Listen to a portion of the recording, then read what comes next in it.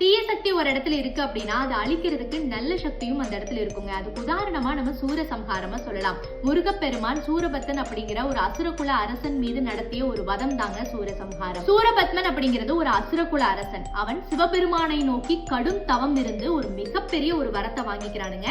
எந்த ஒரு பெண் வயிற்றிலிருந்து வரக்கூடிய குழந்தையும் என்னை அழிக்க முடியாது அப்படின்னு கிட்டத்தட்ட சாகாவரம் வாங்கிடுறான். இந்த வரத்துக்கு அப்புறம் அவனுக்கு தலைகணம் பிடித்து இந்த 3 உலகுக்கும் நான் தான் கடவுள் அப்படின்னு சொல்லி தேவர்களை எல்லாம் சிறைப்பிடித்து அவங்களுக்கு பலவிதமான கொடுமைகளை பண்றான். சரி, சூரபத்மனை அழிக்கணும், என்ன பண்றது அப்படின்னு தேவர்கள் பிரம்மன் எல்லாம் சேர்த்து யோசிக்கும் பொழுது சிவபெருமானோட நெற்றிக்கண்ணிலிருந்து வரக்கூடிய குழந்தை தான் சூரபத்மனை அழிக்கும் அப்படின்னு முடிவு பண்றாங்க. அதன் பிறகுதான் சிவபெருமானின் நெற்றிக்கண் ஒளியிலிருந்து வந்தவர் தாங்க முருகப்பெருமான். முருகப்பெருமான் சூரபத்மனை நோக்கி வதம் செய்யறதுதான் சூரசம்ஹாரம். பார்வதி அம்மையார் தன் மகன் முருகப்பெருமானுக்கு சக்தி மிகுந்த ஒரு வேலை கொடுக்கறாங்க.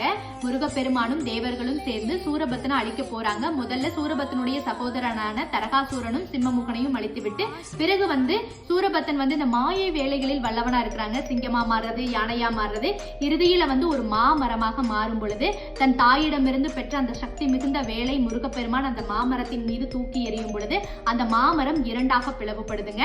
சூரபத்மன் அந்த இடத்துல அழிக்கப்படுறான். அந்த 2 பகுதிகள்ல ஒண்ணு முருகப்பெருமானின் வாகனமான மயிலாக மாறுது, இன்னொன்னு கொடியில அந்த சேவலாக மாறுதுங்க.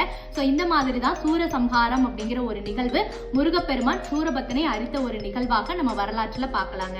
அடுத்தடுத்த பதிவுகள்ல முருகப்பெருமானை பற்றி இன்னும் பல தகவல்களை நம்ம தெரிஞ்சுக்கலாம்.